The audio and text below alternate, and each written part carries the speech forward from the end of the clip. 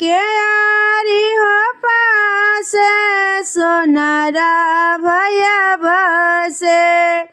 घरवा के आरी हो पास सोनारा के हो बसे ऐसन हरवा गड़िया ये सोनारा हीरा मोती लगाए ऐसन हरवा गड़िया ये सोनारा हीरा मोती लगाए से हो हरवा पहिना हो बेटी पहिनी होई हतैया से हो हरवा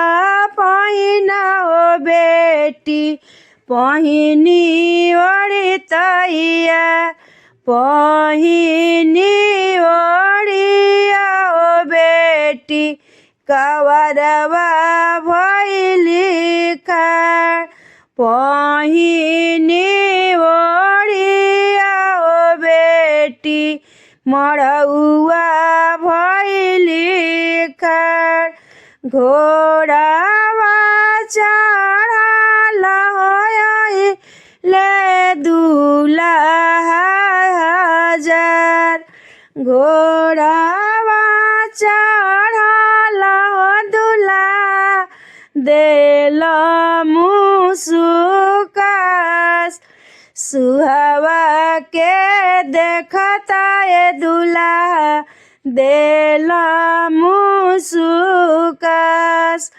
अपने महलिया से भैया देखे जाला खिसिया अपने दुआरवा से भैया देख ले हमार देखिए के भैया हमर गइले खिसिया काहे तू कवन हो दुल्हा देखी मुसुकास काहे तू कवन हो दुल्हा देखी मुसुकास अरे आज के रातिया सरऊ बहिनी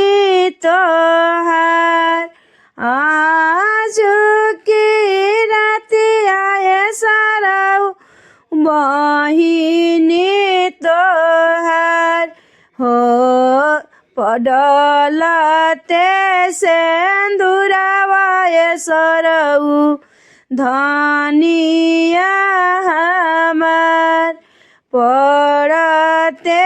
सिंदूरवा सरऊ धनिया हमार घरवा के